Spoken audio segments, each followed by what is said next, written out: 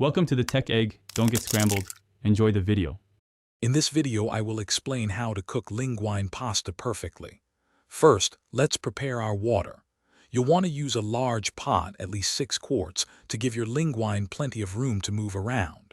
For every gallon of water, add about 1 tablespoon of salt.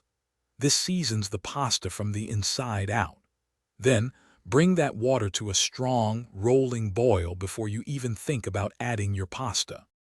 Once your water is boiling, it's time to add the linguine. Gently place the pasta into the pot, being careful not to splash.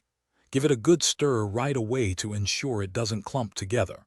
You'll want to cook your linguine for about 8 to 10 minutes to achieve that perfect al dente bite. Remember to stir it every now and then to keep those strands separate.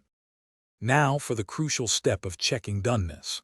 Around the 8-minute mark, pull out a single strand of linguine and taste it.